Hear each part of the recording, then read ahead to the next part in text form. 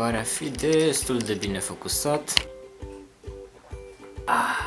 Hei oameni, eu sunt Lorun, gazda Austin, fiecare video clip de acest canal și astăzi, după cum bine ați văzut în titlu, o să-mi dau puțin cu părerea despre un videoclip de pe internet. Dar să nu ne mai lungim atât și haide să intrăm un pic.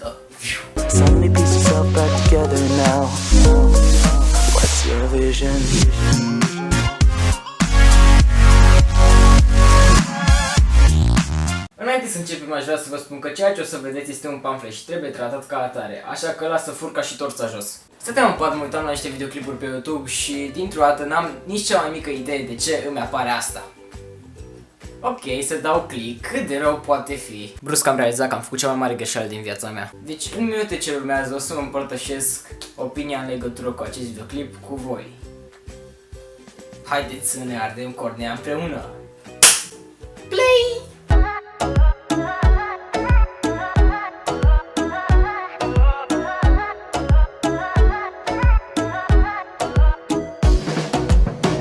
Soarele, îmi place ce faci tu, nu e dulce ciocolata cu mine. O, Doamne, e mai rău decât mă așteptam. Din primele secunde putem observa semnele muzicii proaste din România.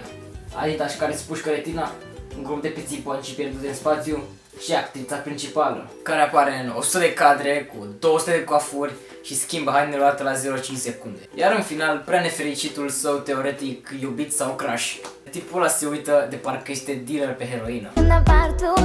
Nu vreau restaurante, nici diamante. Ok, oameni buni, ați auzit, nu vrea diamante, nu vrea restaurante, dați-mi mai bine niște calmante. Că m-am îndrăgostit și poate n-ai habar, nu-ți ca toate fetele, ești ceva mai rar. Deci, ați auzit, oameni buni, nu este ca orice fată, ea este ceva mai rar. Precum o buioană într-un câmp de trandafiri.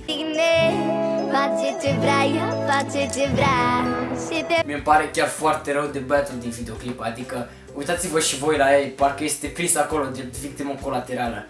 Haideți să-l numim Ceaba. Ok, Ceaba rămâne.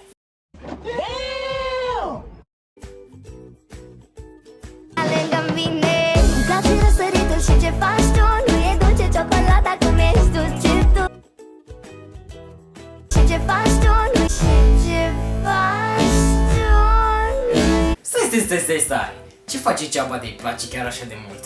Ciocolata cum ești dulce tu și nu-mi place nimeni cum îmi placi tu, nu e dulce ciocolata. Doar eu observ că Ceaba e de vreo, nu știu, 2 ori mai mare decât domnișoara Bibi, adică știu că fetele din ziua de azi nu mai țin cont de vârstă, adică mare chestie, iubitul meu e mai mare cu 4-5 ani, ce contează? Să nu ne-am mai văzut de mult, ce mai face iubitul tău? Știi și tu, dă bacul.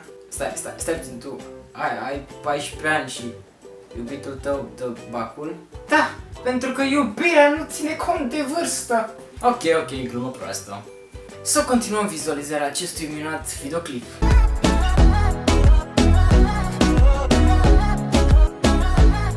Nu e dulce ciocolata cum ești dulce tu. Deci eu mănâncă absolut orice în afară de ciocolată. Adică melodia este despre tipul care e mai dulce decât ciocolata. Stai. Cumva este un mesaj subliminal pe care Bibi îl transmite prin melodia sa. Că Ceaba, într-adevăr, este mai dulce decât ciocolata. Dar vata de zahăr și înghețata sunt mai dulci decât Ceaba. Cum ești dulce tu. Te amo, te ador. Nu știu ce-am fost în capul meu, noroc. În orice caz nu creier. Simt că-mi bate inima. Felicitări, trăiești! Ea nu vrea altceva. Simt că nu ești ca ei, tu nu ești ca ei. Mă duci până la stele când te uiți în ochii mei. V-am spus că Ceaba e dealer, de fapt așa își atacă victimele, știți? Adică întâi se pune bine cu ele, apoi se duce și le spune: hei, hai să încercăm ceva mai bun. Simt că nu ești ca ei, tu nu ești ca alții. Normal că nu e ca alții, probabil primește primele doze gratis.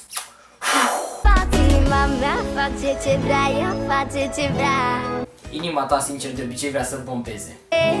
Face ce vrea, ea face ce vrea și te vrea lângă mine. Îmi place răsăritul.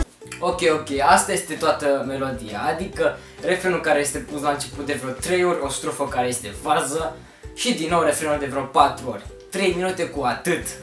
3 minute! Cu un refren de vreo 50 de ori pus și o strofă la întâmplare, pe bune. Nu știu dacă vă dați seama, dar melodia asta are 1.700.000 de vizualizări. Oameni buni, asta mă sperie pe mine cel mai nasol, adică gândiți-vă doar că genul ăsta de muzică ar putea ajunge în top și am putea fi obligați să ascultăm tâmpenile astea. Adică nu știu, gândiți-vă că mergem pe stradă și o auzim și în subconștient se implantează o idee sau un autobuz sau la radio, exact, la radio. Adică simt că nebunesc în lumea asta, că nimic nu mai are sens. Bine, poate exagerez puțin, adică e doar o fată de 14 ani care a făcut un iubit sau doi sau a găsit unul adevărat sau ceva și a scris niște versuri. Stai, text, Mircea Nistor.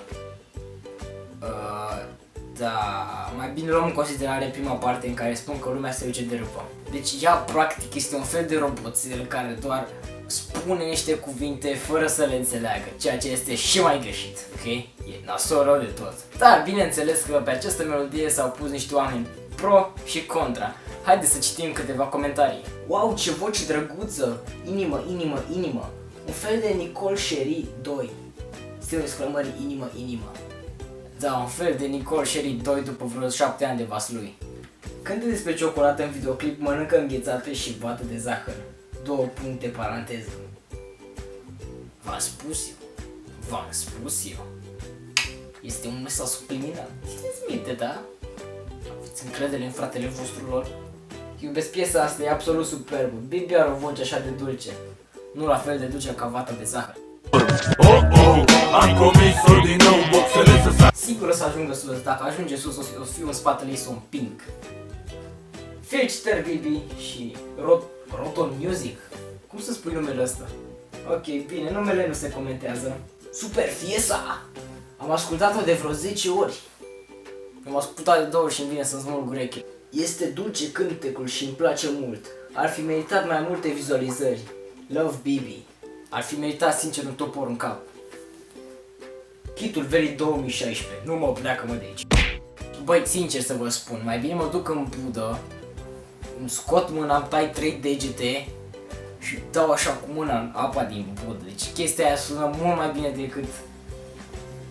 E și mai dulce decât ciocolata. Sau vada de zahăr. Sau mă rog, ce o fi. Oameni buni, acesta a fost videoclipul. Dacă cumva vreți să continui seria de LOL comentează, lăsați în secția de comentarii. Și dacă aveți un videoclip pentru care vreți să-mi pun opinia sau să îmi dau cu părerea în legătură cu el, trimiteți-mi-l pe Facebook, aveți link în descriere către pagina oficială. Dar până data viitoare, nu uitați, aveți dreptul de exprimare liberă, folosiți-l în cap. Pa!